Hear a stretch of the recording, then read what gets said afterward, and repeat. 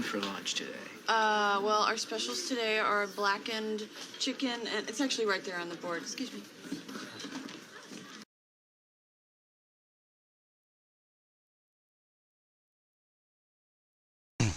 The first step is to cut the chicken breast into 1-inch chunks.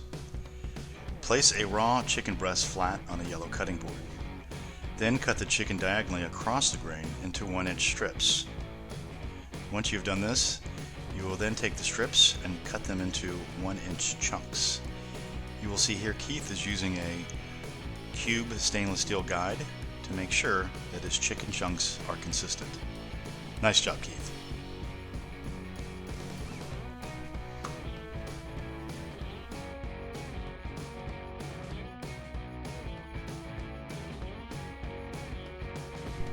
Now that you've cut your chicken breasts into the perfect and consistent 1-inch cubes, you will weigh out 5 pounds of chicken cubes to go to the next process, which is seasoning. 5 pounds is exactly 80 ounces.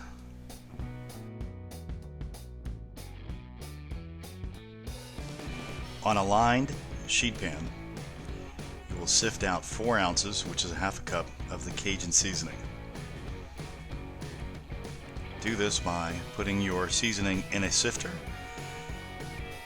and sift an even coat across the sheet pan. Now take your chicken and spread across the top of the Cajun seasoning. Spread the chicken so it's an even layer across the seasoning. Then take another 4 ounces of the Cajun seasoning and sift on top of the chicken so it coats evenly and thoroughly.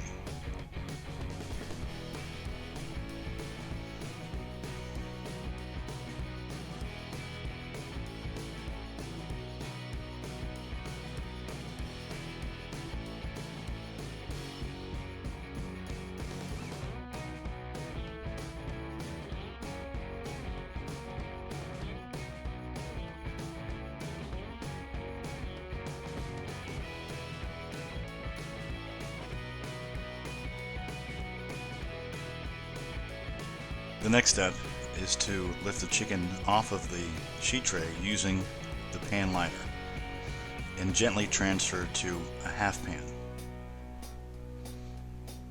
Once you have done this, you're going to sprinkle an additional tablespoon of seasoning over any spots with no visible seasoning on them.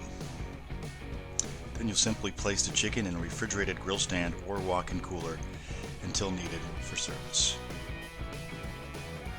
Now let's get cooking. Using yellow handle tongs, transfer seasoned chicken breast into the fried baskets. Slowly drop seasoned chicken chunks into the hot oil. Set the timer for the desired time. 3 minutes is the average cook time for a 1 to 2 pound batch. Cooking times may vary depending on the size of the chunks and how much you are cooking. When the timer goes off, check the chicken for doneness by cutting the largest piece to ensure the inside is white throughout.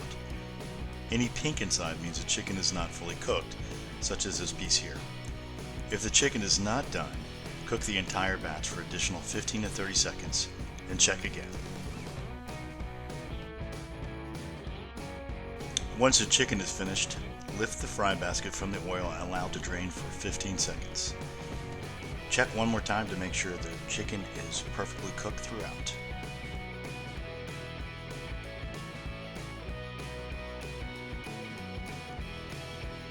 The final step is to transfer the cooked blackened chicken into a deep metal third pan.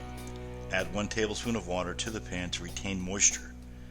Hold the chicken temporarily in a holding cabinet covered until nothing is left on the line. Do not mix the new batch with the old.